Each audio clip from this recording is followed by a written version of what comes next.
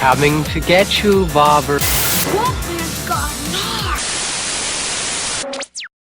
30 Days of Night is a 2007 horror movie directed by David Slade, and it stars Josh Hartnett, Melissa George and Danny Houston. Hi guys, and welcome to my latest Patreon request. Today's request is a movie review for 30 Days of Night by one of my Patreons, David James Venter. 30 Days of Night is, again, it's a 2007 horror movie that I went to see in the cinema. I can't remember if I saw it after seen it in the cinema, so this could potentially have been the second time I've ever seen it. After an Alaskan town is plunged into darkness for a month, it is attacked by a bloodthirsty gang of vampires. Let's start with the setting for this movie. Now, I'm not from Alaska. I don't know what it's like in Alaska. I don't even know if that's even true. Does that place, or does any place in Alaska stay dark for 30 days? If it does, I'd love to visit just to see what it looks like. But having a vampire movie always, you know, vampire movies and vampires, we always suspect them to be scared of the light. That's what kills them, the light, the daylight, the sunlight. Some vampire movies that's not the case, but most vampire movies that is the case, and I can't believe it took to 2007 for them to bring out a movie that shows vampires going to a place where there's no sunlight for 30 days.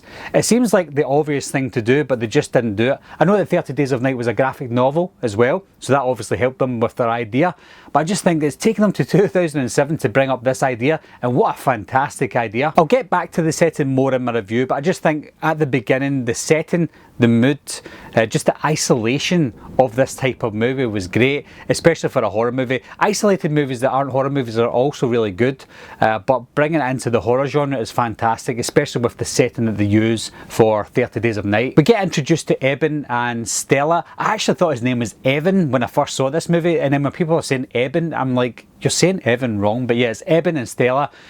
We don't know too much about them. We don't really need to know about them, because the one great thing about this movie is we get to know the characters enough to care for them, but also it's a non-stop horror movie that's almost 2 hours long, and there's not a lot of break, so we don't get to know the characters too much, but that's not too bad. But we do know that Eben and Stella have a bit of a relationship issue. We get secondary characters like Bo and Jake, who is Eben's little brother. Those characters, again, we get to know them enough to like them, to care for them, and hope that nothing bad happens to them. We've even got Ben Foster in this movie. Ben Foster is one of my favourite actors of all time, and I've completely forgot he was in this. He wasn't in it enough to care for his character or like his character. In fact, he wasn't even in it enough for us to understand why he was doing what he'd done, because he was the one that was, it looked like he was leading the gang of vampires to Alaska, because he'd done what they asked him to do and then they just killed him. So we didn't really know what his purpose was. It looked like he wanted to become one of them, but they were obviously thinking, no, you're not going to be one of us, but we'll use you so we can get to this place and kill these people for 30 days and 30 nights. At the end of the day though, guys, it is a survival movie, a survival horror movie set in one little location where there's no help around, there's nowhere to go, because at the start of the movie you've got everybody who lives in the area. Because it's going to be dark for 30 days, most of them travel elsewhere to maybe live with family and friends for 30 days and then they'll come back. But some people are stuck by accident, and some people just choose to live there. So this little bunch of people who have chosen to live there are the ones that have to fend for themselves. You get scary vampires in films, you get ridiculous looking vampires in films. I think this one was really good because they didn't speak English. The only one that really understood English was Danny Houston's character, Marlowe, but the rest of them had like this mating call. If any of them were in trouble, they would make this sort of bird noise or animal noise to talk to each other. So I like the fact that they didn't speak English, and maybe they didn't understand English, I don't know, but most of them didn't understand English. They didn't speak English, so I think that was great. They looked, apart from Danny Houston, again, he must be the leader, obviously he's the leader, but the other ones, they had these very, very squint eyes, black eyes, the jagged teeth. They all looked the same apart from Danny Houston. I liked the look of the vampires. They were very scary, they were fast, and they also didn't hesitate. In some vampire movies, they hesitate, they talk too much, and then the person gets away. In these ones, they don't give you time. Sometimes they do give you time for the sake of the storyline, obviously, but in this one, if you see a vampire and you see a person standing there, 9 times out of 10 they're dead. Getting back to the look of the film, I know I mentioned the isolated setting of the film. One other fantastic idea that they had was setting it in a place with snow.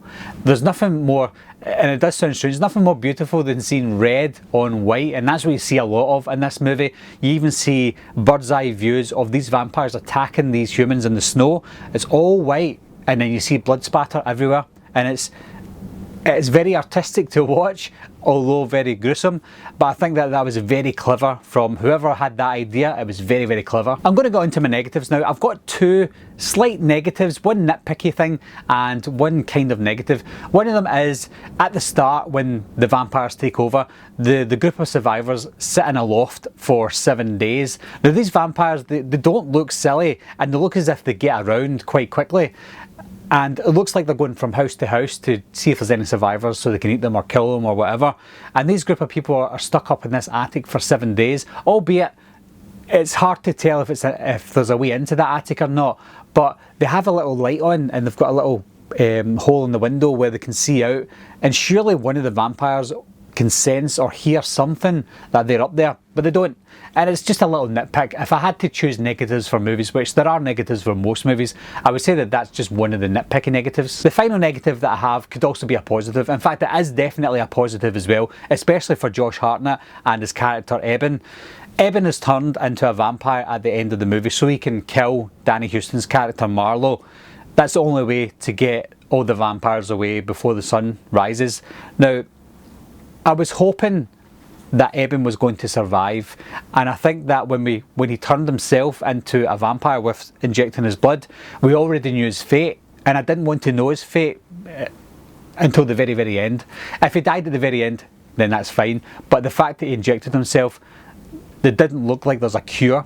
It didn't look like there was any turning back, so when he turned himself into a vampire, we already knew Eben's fate, and that was disappointing because although I wanted him to survive, I wouldn't mind him dying at the very end suddenly, but knowing that he was going to die, it took away from the suspense at the end of the movie. And personally, I didn't want Eben to die because I loved his character, I loved what he stood for, and I loved the fact that he stood up for everyone before and after what happened. Because you've got characters like Bo, who is a guy who's lonely, he's himself, and Eben he writes him a ticket for oil spill on his vehicle, and he only does it because he wants him to feel part of the town and let him know that he's not alone. Whether that's a good thing or a bad thing, Eben does the right thing all the time.